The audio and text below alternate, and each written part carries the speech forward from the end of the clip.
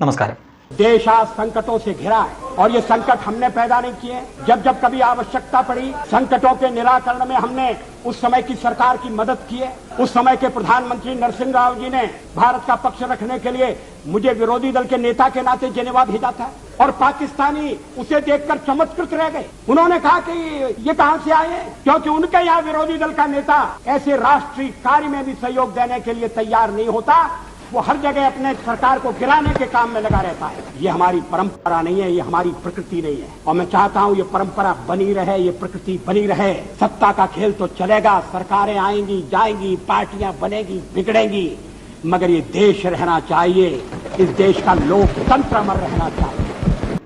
ഇങ്ങനെയും ഒരു പ്രതിപക്ഷ നേതാവ് ഇന്ത്യക്കുണ്ടായിരുന്നു, നമുക്കുണ്ടായിരുന്നു. ഇതാവണം പ്രതിപക്ഷ നേതാവ് എന്ന് ആരും പറഞ്ഞു പോകുന്ന, എതിരാളികൾ പോലും കൈയടിക്കുന്ന, അദ്ദേഹം പ്രസംഗിക്കുമ്പോൾ എല്ലാവരും അത് ശ്രദ്ധിച്ച് കേൾക്കുന്ന, അത്രയും മികച്ച രീതിയിൽ പ്രവർത്തിച്ച ഒരു പ്രതിപക്ഷ നേതാവും പിന്നീട് അദ്ദേഹം പ്രധാനമന്ത്രിയൊക്കെ ആവുകയും ചെയ്തു. പ്രതിപക്ഷത്തിനെ പോലും മാനിച്ചുകൊണ്ട് പ്രസംഗിക്കുന്ന, പ്രവർത്തിക്കുന്ന ഒരു ഉജ്ജ്വലനായ വ്യക്തി നമുക്കുണ്ടായിരുന്നു. അപ്പോഴാണ് ഇപ്പോഴത്തെ പ്രതിപക്ഷ നേതാവിനെ പറ്റി നമ്മൾ ഓർത്തു പോകുന്നത്. അന്ന് അദ്ദേഹം പറഞ്ഞത് നിങ്ങൾ ഇതിനകം തന്നെ അത് വായിച്ചു കാണും എന്ന് വിചാരിക്കുന്നു. ഹിന്ദി അറിയാവുന്നവർക്ക് അത് മനസ്സിലായി കാണും.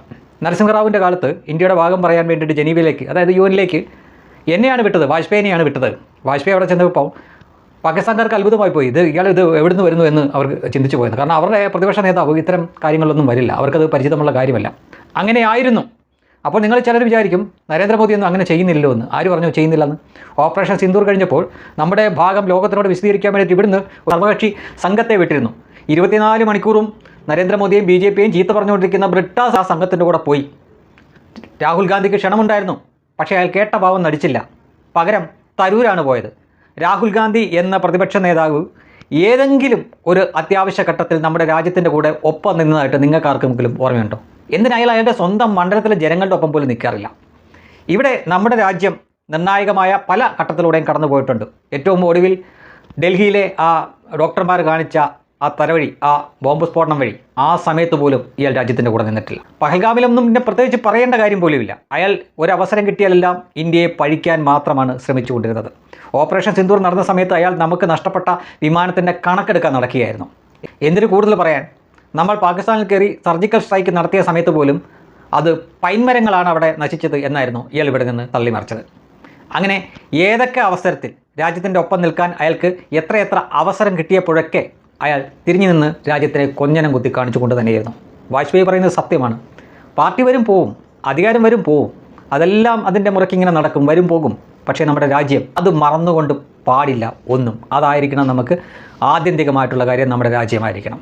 പാർട്ടി കക്ഷികൾ അത് വരും പോകും, അധികാരം വരും പോകും എന്നൊക്കെയാണ് അദ്ദേഹം പറഞ്ഞത്.